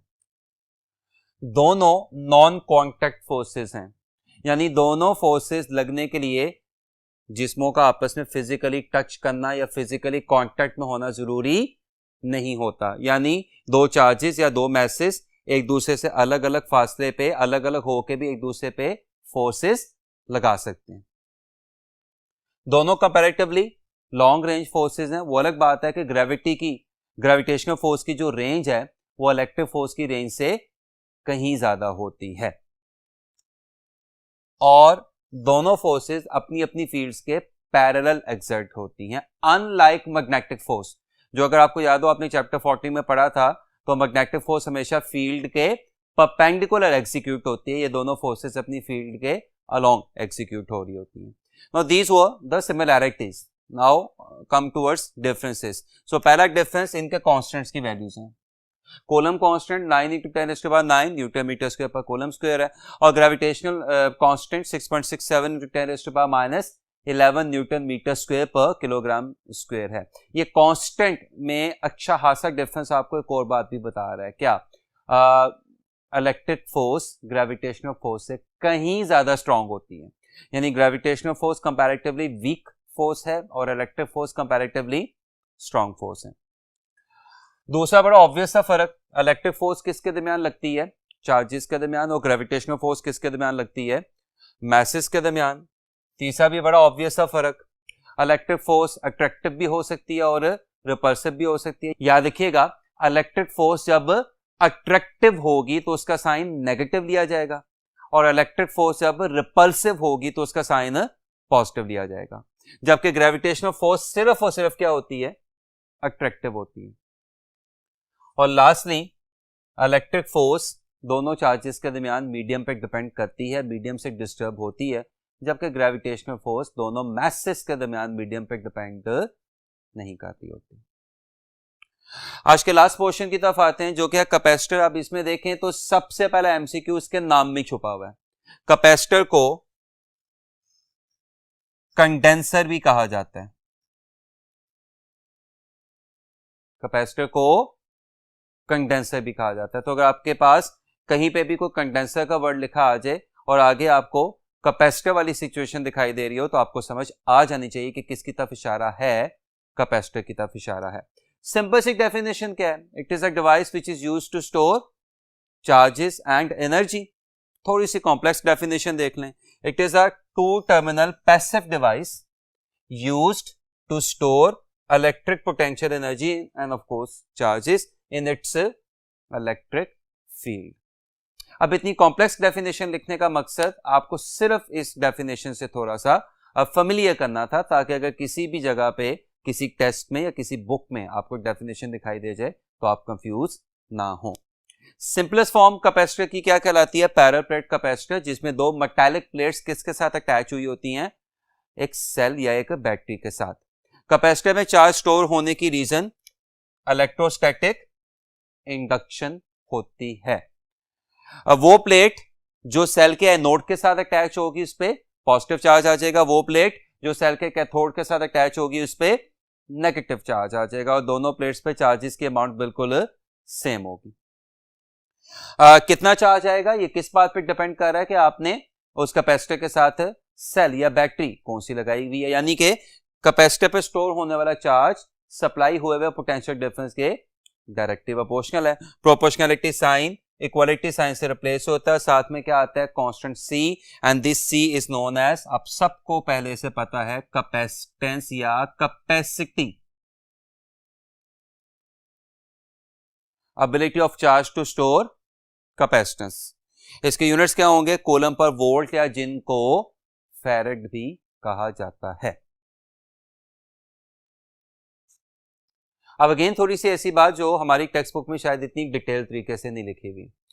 अगर मैं किसी कैपेसिटर के साथ क्या अटैच कर देता हूं, एक सेल या बैटरी, तो अब उसका डीसी बिहेवियर किस किस्म का होगा? तो याद रखिएगा कि डीसी, आइडियल डीसी की मैं बात करूं, उसकी फ्रीक्वेंसी क्या होती है? 0, और टाइम पीरियड क्या होता है? इन्फिनिटी।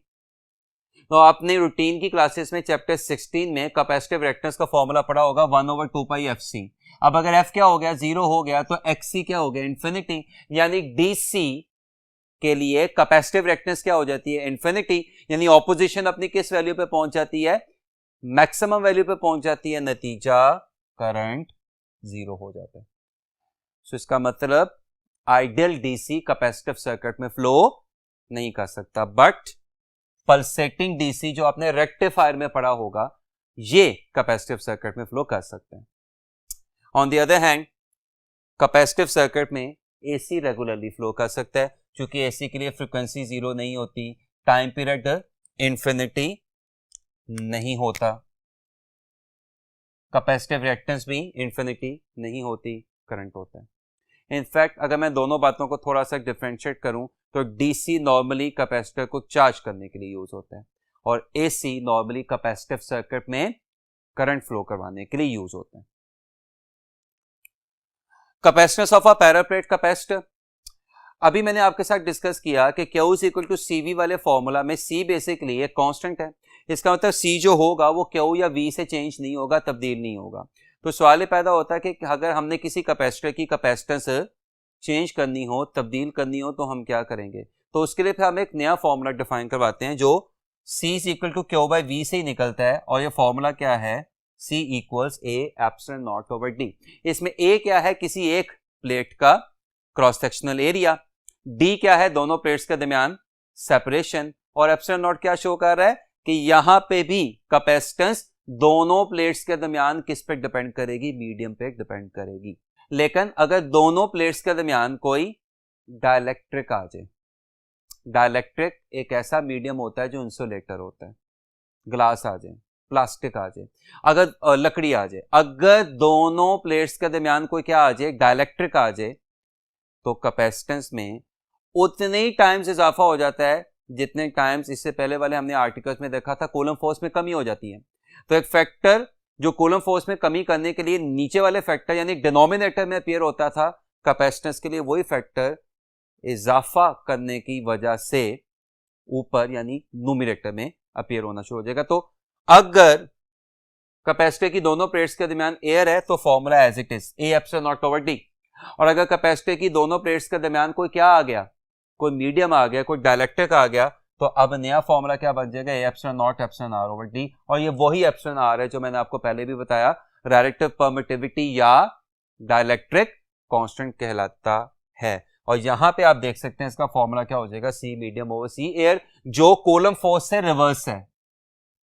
कूलम फोर्स का फॉर्मूला अगर आपको याद हो तो F air over F medium होता था। सवाल पैदा होता है कि डाइलेक्ट्रिक आके आखिर ऐसा करता क्या है कि जिससे कैपेसिटेंस में इजाफा हो जाता है। तो इसका आंसर इससे अगले वाले आर्टिकल में उसने दिया हुआ है, which is electric polarization in capacitor. जब भी आप चार्ज्ड कैपेसिटर की दोनों प्लेट्स के दरमियान क्या रख देते हैं, कोई डाइलेक्ट्रिक, तो डाइलेक्ट्रिक होता है इंसुलेटर। इसमें कोई शक नहीं है कि इंसुलेटर्स में फ्री इलेक्ट्रॉन्स एग्जिस्ट नहीं करते, लेकिन इंसुलेटर्स में एटम एग्जिस्ट करते हैं।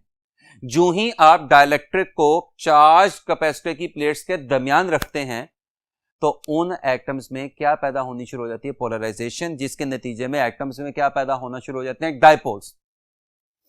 एटम्स के नेगेटिव चार्जेस का रुख यानी इलेक्ट्रॉन्स का रुख किसकी तरफ हो जाता है, पॉजिटिव प्लेट की तरफ, और पॉजिटिव चार्जेस का रुख यानी न्यूक्लियाई का रुख किसकी तरफ हो जाता है, नेगेटिव प्लेट्स की तरफ। और इस तरह से डाइलेक्ट्रिक में ड्यू टू पोलराइजेशन क्या बनना शुरू हो जाते हैं, डाइपोल्स बनने शुरू हो जाते हैं। अब अगर आप थोड़ा सा ध्यान से देखें तो कैपेसिटर की इलेक्ट्रिक फील्ड किससे किसकी तरफ है, पॉजिटिव से नेगेटिव, और डाइपोल्स की इलेक्ट्रिक फील्ड भी किससे किसकी तरफ है, अपने पॉजिटिव से अपने नेगेटिव।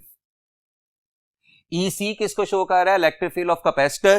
ED किसको शो कर रहा है, इलेक्ट्रिक फील्ड ऑफ डाइलेक्ट्रिक। दोनों इलेक्ट्रिक फील्ड्स एक ही रूल फॉलो करने के बावजूद एक दूसरे से क्या हैं, ऑपोजिट में। इसका मतलब डाइपोल्स की इलेक्ट्रिक फील्ड कैपेसिटर की इलेक्ट्रिक फील्ड को क्या करेगी, कम करेगी। और जब कैपेसिटर की इलेक्ट्रिक फील्ड कम होगी तो उससे कैपेसिटर की प्लेट्स के दरमियान पोटेंशियल डिफरेंस भी कम हो जाएगा। जब कैपेसिटर की प्लेट्स के दरमियान क्या कम हो जाएगा, पोटेंशियल डिफरेंस कम हो जाएगा, तो remember the formula C equals Q over V। इसका सीधा फायदा किसको पहुंचेगा, कैपेसिटेंस को। कैपेसिटेंस में क्या हो जाएगा, इजाफा हो जाएगा। लेकिन इस पूरी एक्सरसाइज के दौरान चार्ज क्या रहेगा, सेम रहेगा। तो ये फिजिकल रीजन है कैपेसिटर की कैपेसिटेंस में इजाफे की, जब आप उसकी प्लेट्स के दरमियान मीडियम लेके आ जाते हैं।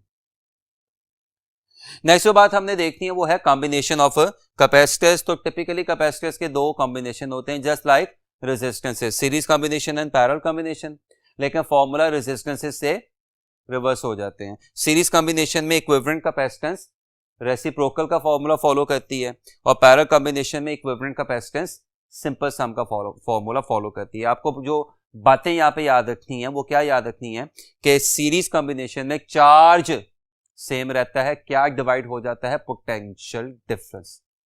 जबकि पैरेलल कॉम्बिनेशन में पोटेंशियल डिफरेंस सेम रहता है, वोल्टेज सेम रहता है, क्या डिवाइड हो जाता है, चार्ज डिवाइड हो जाता है। और यहां से एक एमसीक्यू का बड़ा अहम रिजल्ट निकलता है जो मैंने यहां पे लिखा भी हुआ है। If n number of capacitors are in series, अगर मेरे पास n नंबर ऑफ कैपेसिटर्स कैसे जुड़े हों, सीरीज में जुड़े हों, तो उनके इक्विवेलेंट कैपेसिटेंस का फॉर्मूला क्या होगा, C/n। जबकि C क्या है, हर एक कैपेसिटर की कैपेसिटेंस, और n क्या है, number of capacitors connected in series. और अगर यही n नंबर ऑफ कैपेसिटर्स मेरे पास कैसे जुड़े हों, पैरेलल जुड़े हों तो उनके इक्विवेलेंट कैपेसिटेंस का फॉर्मूला क्या होता है, Cp इक्वल्स Nc। मैं फिर बोल देता हूं, C क्या है, हर एक कैपेसिटर की इंडिविजुअल कैपेसिटेंस, और N क्या है, नंबर ऑफ कैपेसिटर्स। तो अगर मैं इन दोनों को आपस में डिवाइड कर दूं तो Cp ओवर Cs किसके बराबर आ जाएगा, N स्क्वायर के। Cp क्या है, उन कैपेसिटर्स की उस वक्त की इक्विवेलेंट कैपेसिटेंस जब वो आपस में कैसे लगे हुए थे, पैरेलल।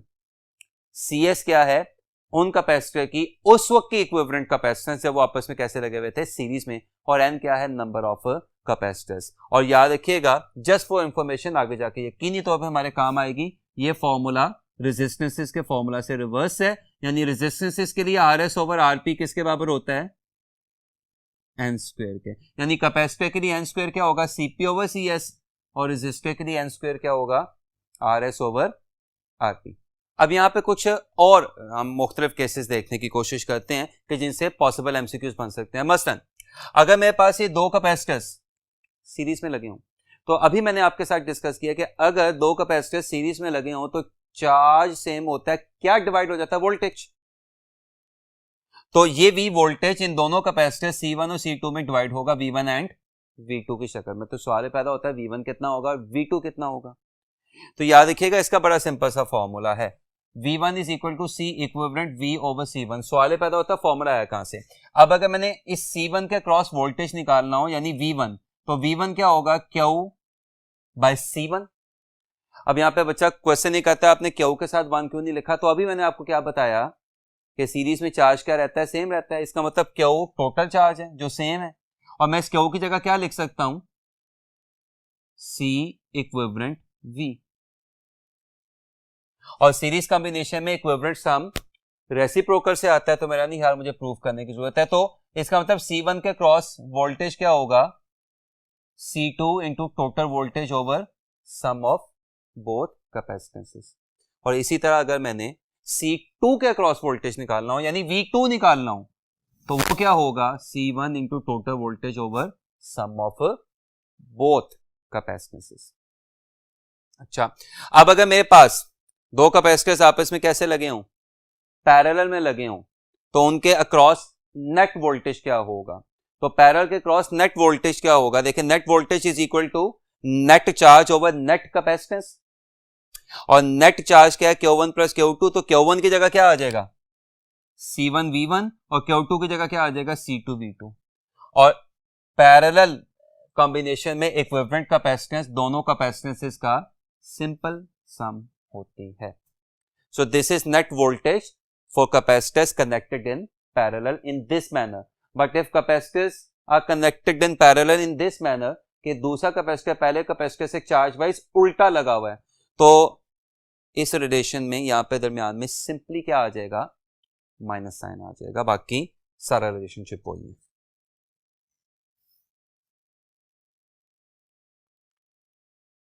आज का लास्ट टॉपिक कि जिसके बाद कुछ एमसीक्यू डिस्कस करके अपना काम वाइंड अप करेंगे।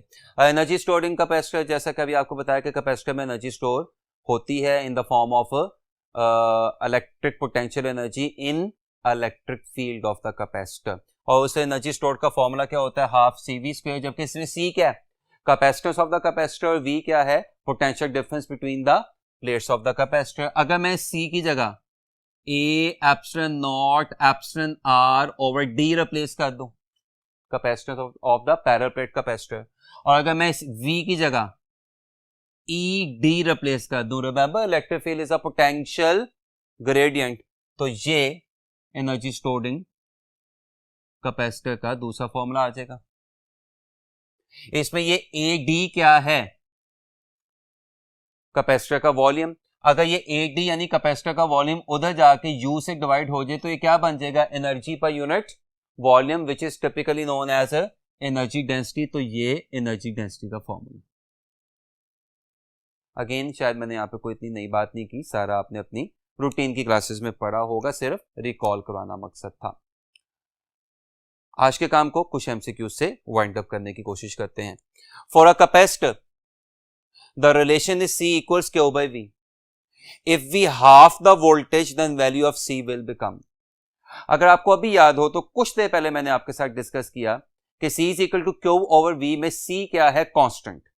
यानी आप V को जितना मर्जी चेंज कर लें उससे Q चेंज होगा, C पे कोई फर्क नहीं पड़ेगा। इनफैक्ट V ज्यादा होने से Q ज्यादा होगा, V कम होने से Q कम होगा, जिससे ओवरऑल रेशियो क्या रहेगी, कांस्टेंट रहेगी। इसका मतलब आप V को चाहे डबल करें या V को आप चाहे हाफ करें, कैपेसिटेंस पे कोई फर्क नहीं पड़ता। यानी आपके इस एमसीक्यू का आंसर क्या आएगा, रमेन्स सेम। तो अब यहां से देखें, मजीद एमसीक्यूज निकालने की कोशिश करें।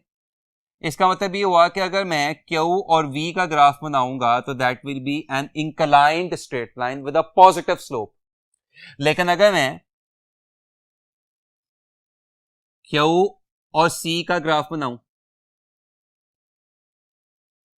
या V और C का ग्राफ बनाऊं तो that will be a horizontal straight line, जो क्या शो कर रहा है कि चार्ज के चेंज होने से या वोल्टेज के चेंज होने से कैपेसिटेंस पे कोई फर्क नहीं पड़ा। तो आप देख सकते हैं एक एमसीक्यू से 4 एमसीक्यू बन गए, एक ओरिजिनल एमसीक्यू और 3 ये ग्राफ जो आपसे एमसीक्यू में पूछे जा सकते हैं।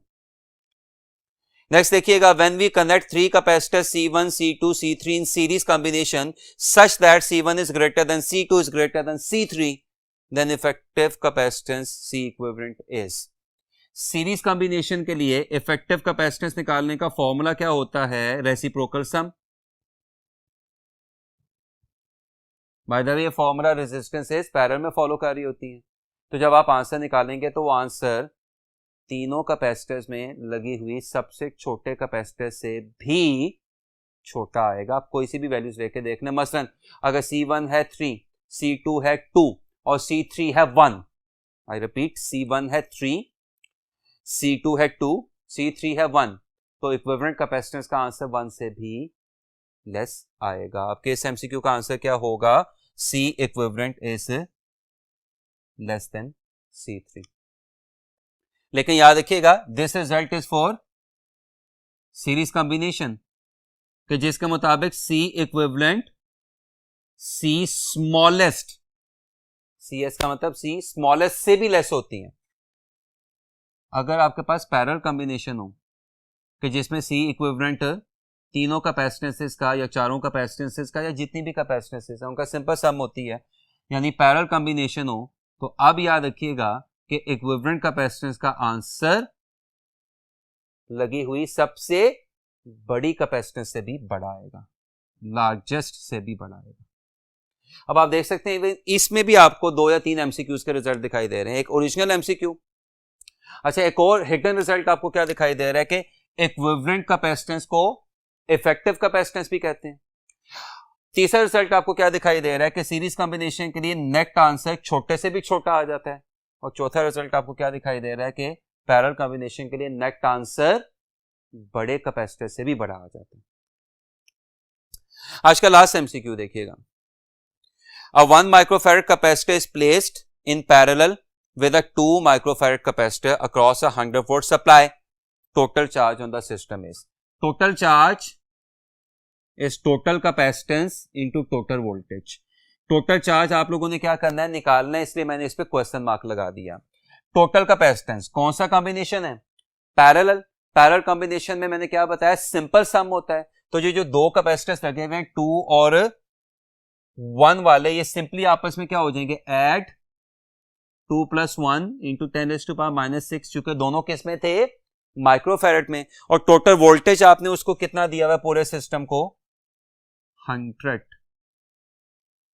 2 + 1 3 और ये 2 0, इन 2 0 से कैंसिल होके तो 10⁻⁻6 की जगह क्या आएगा, 10⁻⁻4, नॉट वोल्ट बट कूलम। लिहाजा 3 × 10⁻⁻4 कूलम आपको किस में दिखाई दे रहा है, डेल्टा में। और आप माइक्रो कूलम में एक डायरेक्ट आंसर भी निकाल सकते हैं, यानी 2 + 1 3, 3 × 100 300 और 10⁻⁻6 क्या हो जाएगा, माइक्रो, तो answer will be 300 micro coulomb. तो 300 माइक्रो कूलम को 300 माइक्रो कूलम भी लिखा जा सकता है और 3 × 10⁻⁻4 कूलम भी लिखा जा सकता है। होपफुली आज का आपको सारा लेक्चर अच्छे तरीके से समझ आया होगा। अपना बहुत ज्यादा ख्याल रखें। अल्लाह हाफिज।